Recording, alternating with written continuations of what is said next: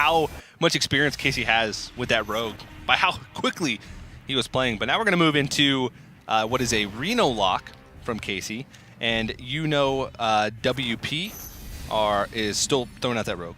Yeah, so the Reno lock deck from Casie, it was both players, as you mentioned earlier, playing a mirror match here, Paladin, Rogue, Warlock. We had a little bit of graphical error earlier that showed Warrior on the screen, but it's been corrected now. Casie playing the Reno lock here against the Miracle Rogue. This is definitely a matchup that can go either way. Mm-hmm. And WP, as we said earlier, is running the South Sea Deckhand Faceless Manipulator version, which has a lot more flexibility in this matchup and a little bit more maximum potential damage at the cost of more cards. You need the extra card. It's also worth noting that this is one of those matchups where there are big minions that can potentially come down, and if the Faceless Manipulator shows up, can just get copied. Yeah.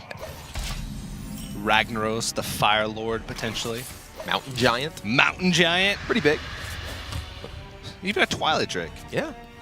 Not bad either way. So both players with okay but unspectacular opening hands. Though there is that Mountain Giant and Twilight Drake for Casie. This is kind of an interesting decision because if he plays Doomsayer here, he's able to preempt a possible minion from his opponent, but it does cost him in terms of the cost of Mountain Giant. Yeah. So if he were to tap here, and then he can play Twilight Drake, and then tap into Mountain Giant the following turn. Yeah. But if he were to play the Doomsayer, he slows down his opponent. So a little bit, you saw him kind of debating the opportunity cost of each of those. Yeah. And it looks like WP is going to go for a Edwin Van Cleef play here. Leaving it at 6-6. Of course, once again, these players know each other's deck lists. They were posted at the beginning of the tournament for everybody to see. So WP knows that there is a big game hunter in Casey's list, and actually it's in his hand. And crucially, the cost change to Big Game Hunter, a very important change on that particular turn, because otherwise Casie would have had the Abusive Sergeant plus Big Game Hunter play available to him to kill Van Cleef. Yeah. So in many circumstances, not a big deal. In that one, a very big deal. Yes. And unfortunately, WP did use the coin last turn to get out that Van Cleef at a little bit bigger state. So he would have had a neat play here where he could Faceless Manipulator, backstab and trade. So he'd be left with a Mountain Giant, and his opponent would not. But he's one turn away from doing that. And we may still see the backstab trade. That Mountain Giant is pretty terrifying. Yeah. He doesn't have Sap. Sap is generally the Rogue's primary answer to Giants in this sort of situation. So we're going to have to see how WP does choose to deal with this. He might feel like he needs to pressure here and just go face and try and pull it together. But that's a big boy to get through, and the 6 damage could be pretty irrelevant in the grand scheme of things, especially if Casey's able to use that Mountain Giant to leverage a better position on the board. And Casie does just choose to fire off a Shadow Bolt, and now with the Mountain Giant gone and no longer the sort of cost consideration of import for his play, he does decide to play the Doomsayer to just preempt any minion play from WP. And this is pretty much just going to be a pass turn, it feels like. Yeah, I mean, this is definitely going very much Casey's way. WP not really able to develop anything here, and he also crucially does not have access to Gadgets and Auctioneer right now. If he did, he would, not this turn into the Doomsayer, but potentially next turn be able to play that and really start generating additional resources. So he's going to need to draw one very soon. Yeah, I don't really know what he's debating about here. Earthring Farseer and Sap? Wow.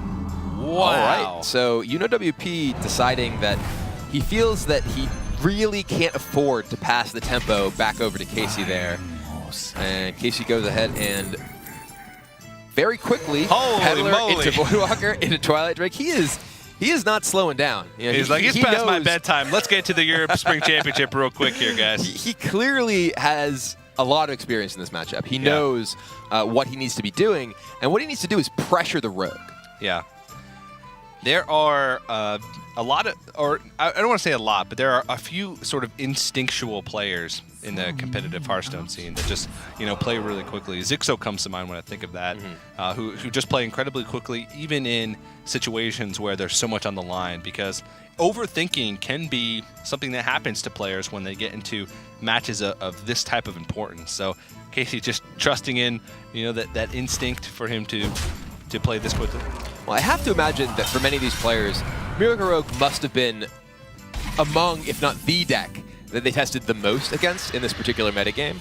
So sort of an understanding of exactly how each stage of the game plays out is, entirely likely among players who are of the caliber to have reached this point. I play my stuff, I kill his stuff. It's like, all right, I got a plan. It's play my guy, kill your guy, play my biggest guy. Kill your biggest guy. Aha! I figured it out. I've won Hearthstone. And here, YouKnowWP gonna do a little bit of work to try and get through that board, but this is not really making very much progress.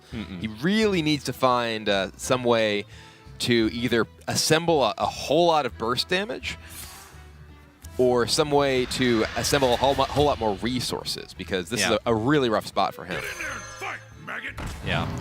And he's still just making sure that he keeps the board clean. Of course, having anything on the board as when you're playing against Miracle Rogue can be dangerous, because it just makes a play where they could conceal, they auctioneer and have conceal, it just makes those plays that much stronger because they leave that much more damage on the board. And YouKnowWP just going to go ahead and fan here. By the way, the previous turn, I like Casey's play of trading away his minion that could potentially die to the Deadly Poison Dagger and defendering up to keep a lot of health on his Twilight Drake. A lot of players would be like, oh, I'll attack with this my Twilight Drake to keep, sort of distributed health on both.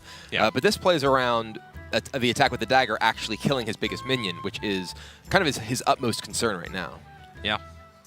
And YouKnowWP still just not drawing anything of much consequence. He can coin out the SI-7 agent here to take out the Defender of Argus, but he's going to be close to taking out this this Twilight Drake. And he's getting in for so much damage.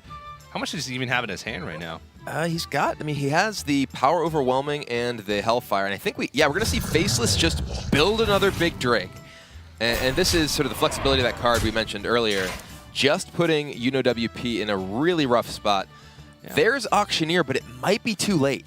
Yeah, not even a tap from Casie. He realizes he's at a low health. He has what he needs to win the game in his mind, and this is the turn that, like you said, a little bit late.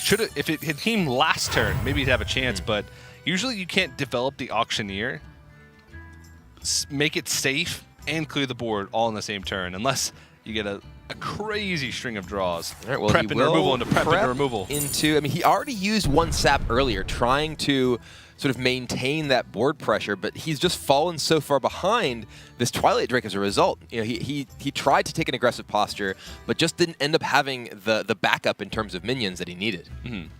He can Sousy deckhand in Cold Blood the Sousy deckhand, and even if he doesn't draw into another spell, he could use that plus the SI-7 agent to clear out one of these Twilight Drakes. This guy's tough. All right, so he does manage to clear off enough damage that's at least not quite lethal next turn. Again, there's 7. Oh, is it one off? It's one off. He actually currently has 14. 7 on board, 7 in hand. Senjin does not do it. He's just going to Power Overwhelming Attack and Shadow Flame, I imagine. Yeah. Yeah, so this is going to take care of YouKnowWP's board and just continue the march of big minions. Yeah. Yeah, I mean, that's really all he needs to do. YouKnowWP hasn't really shown him anything that gives Casie the indication that he's under threat. And even if he was, the big minions that he have also just happen to have taunt in. With a Cold Blood draw and no real cycle, aside from maybe getting the toxin, the draw card toxin from Zeril. I mean, is this a spot he just needs to Faceless his opponent's big taunt minion? Maybe, but at this point, he seemed incredibly reluctant. Yeah, he's been holding that Faceless for so long, and he already used his Southsea, so that Faceless is, well, it's not gonna do anything this game, because this game is over. Yeah. Hellfire closed it out for Casie, who's now just one game away